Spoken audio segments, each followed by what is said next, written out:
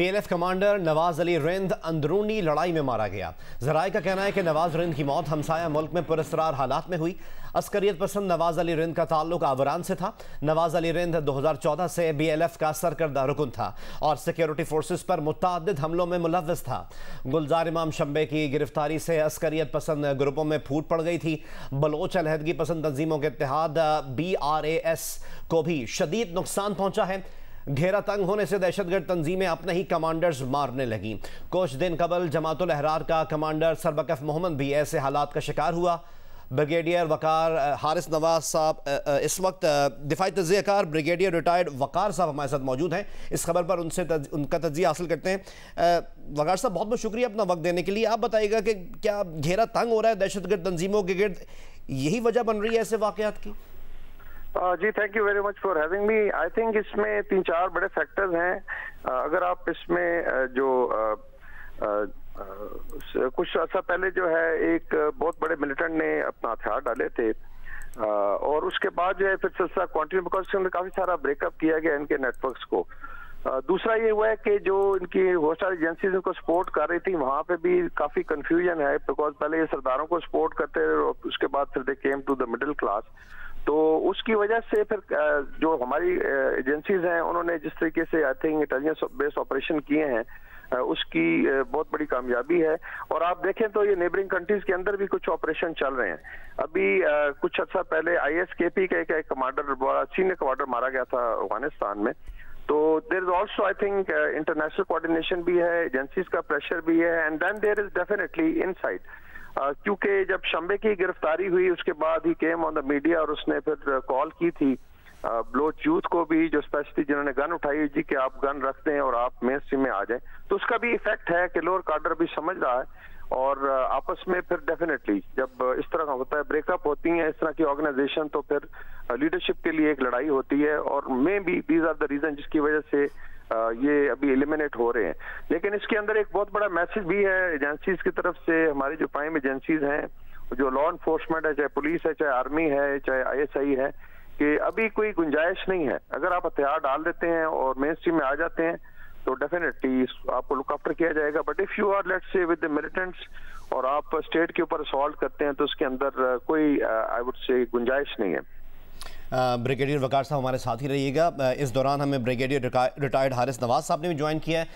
Brigadier साहब, आपका भी बहुत बहुत शुक्रिया। आपसे तजिया चाहेंगे, जैसा कि हम देख रहे हैं कि ऐसी अस्करियत तंजीमें, दहशतगर्द तंजीमों के खिलाफ घेरा तंग किया जा रहा है और इसी वजह से गालिबन अस्करियत पसंद ग्रुपों में फूट भी पड़ रही है।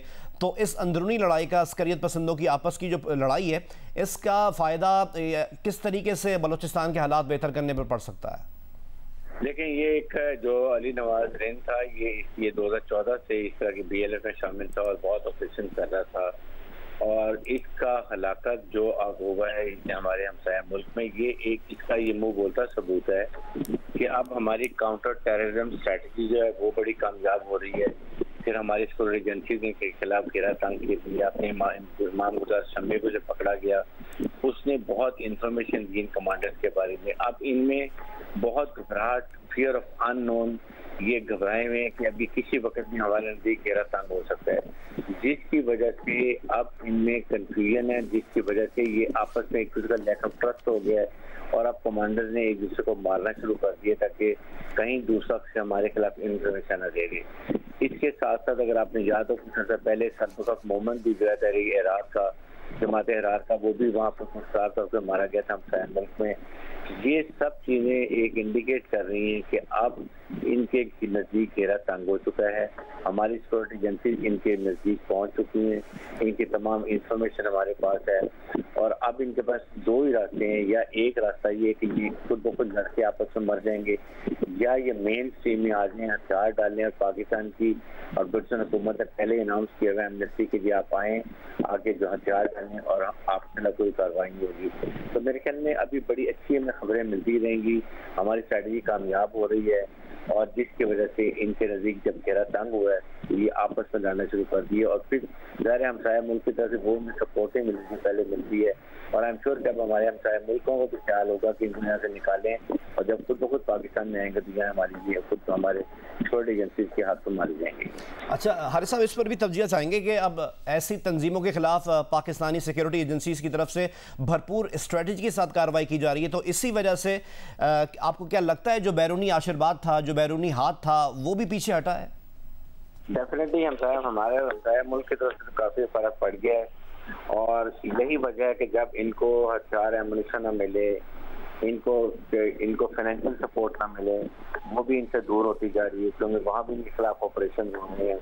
और फिर उसके बाद सबसे बड़ी बात होती है कि lack of trust, lack of unknown, कि जब हम कभी किसी वक्त भी पकड़े जाएंगे और ये सबसे बड़ी हमारी थर्ड एजेंसी की कामयाबी है, उनको मुबारकबाद देनी चाहिए। साथ हमारी काउंटर टेररिज्म स्ट्रेटजी बहुत स्ट्रॉन्ग है, बहुत अच्छे हमारे इंटेलिजेंस ऑफिसर्स जो काम कर रहे हैं, दिन रात मेहनत कर रहे हैं और यही नतीबा यकीन करें 90% ऑपरेशन पहले ही पकड़े जाते हैं, पहले ही मारे जाते हैं।